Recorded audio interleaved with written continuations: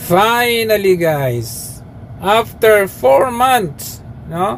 This March, ito yung pinaka first public appearance niya since March itong taong ito. Siya po ay nagpakita. Bakit? Because of this signing ng DOJ National Prosecutions Service, yung revised rules on criminal procedure, blah blah blah, at kung ano-ano pa. So nakita natin, siya po ay nagpakita ngayong araw since March 4, 2024. Kasi at that time, inamin niya na siya ay merong dinaramdam, suffering from complications. Kapag sinabi nating complications, delikado na po yan. At lalong-lalo na pag ito ay heart bypass. So meron siyang surgery last year at ngayon naman nawala siya ng 4 months. So mga kababayan, dyan pa lang makikita nyo na meron talagang sakit itong mamang ito. Tapos sasabihin ng kanyang minion, no, ng kanyang aso, na Remulla is in good health. Totoo kaya yon? Ang sabi pa niya, recovery is on the uptick. Wow, totoo kaya yon? Kailangan lang daw niya mag-undergo ng strict diet to lose weight. Totoo kaya yun? Totoo kaya yun? O rason mo lang? Dahil ang itsura mo ngayon, mukha ka na bangkay. Mukhang buhay ka pa, naaagnas ka na. Tignan nyo naman, oh. Sobrang laki ng kanyang ipinayat, no?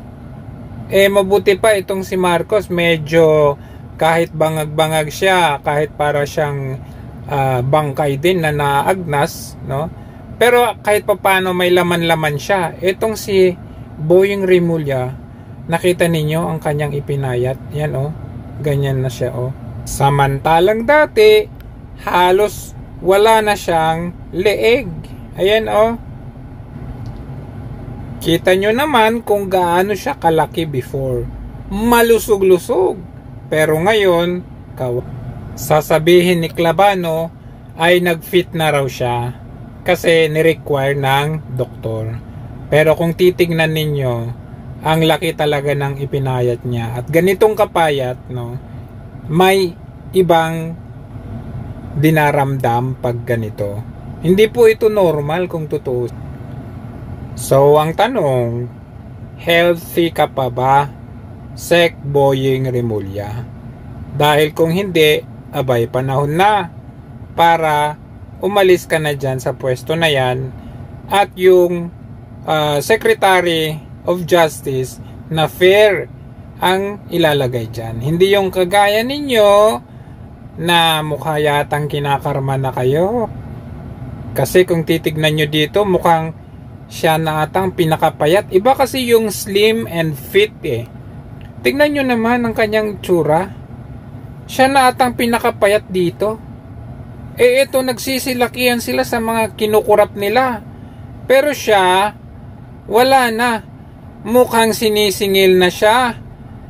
Mukhang sinisingil na siya ng kalangitan dahil sa kanyang kabulastugan sa trabaho. Chief Executive's presence.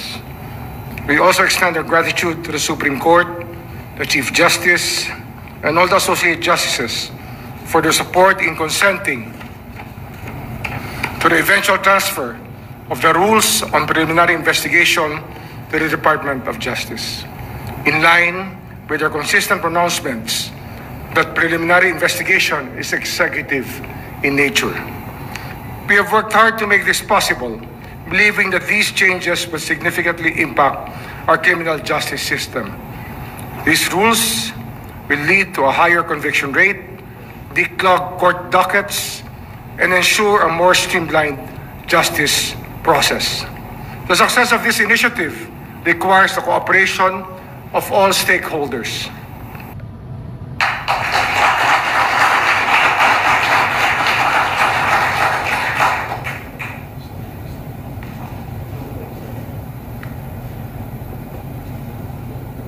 Mr. President, ladies and gentlemen,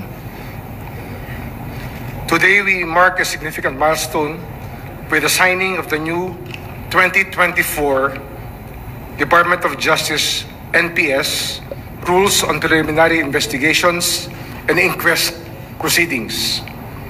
This initiative will profoundly impact our justice system and the Filipino people. To kindly grant us a photo opportunity, may we call on stage the DOJ stakeholders.